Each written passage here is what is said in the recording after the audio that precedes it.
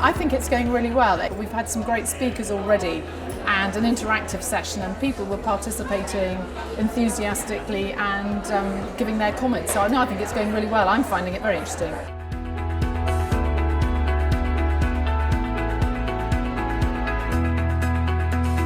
Well, I hope they've taken away the idea that the PSL role is incredibly challenging and has to be very much business focused. There's no room for sort of hiding in a back room anymore. There's no room for being in an ivory tower as an academic. You absolutely have to be the linchpin of the business, and I think there are massive opportunities for PSLs to be in that position, to be the absolute key cog in the wheel within their practices.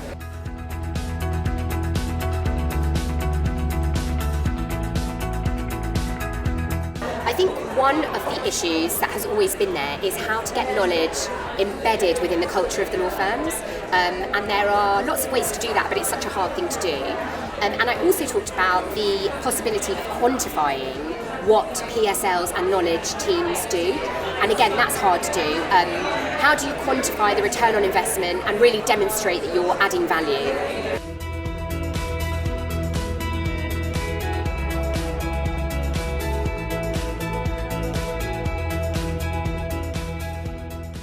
The session on thought leadership was particularly interesting because it's good to get the perspective of different sized firms. So obviously different types of law firms have different knowledge capacity, different size knowledge department, different levels of resources. So it's good to see how I suppose the bigger firms deal with, in an ideal world, how you deal with kind of nutty thought leadership if you had unlimited resources, I suppose. I mean, we had one session that was very useful on career structure for a PSL and thinking about yourself rather than about the business, because all the time you're thinking about the business, but the business isn't always necessarily thinking about you.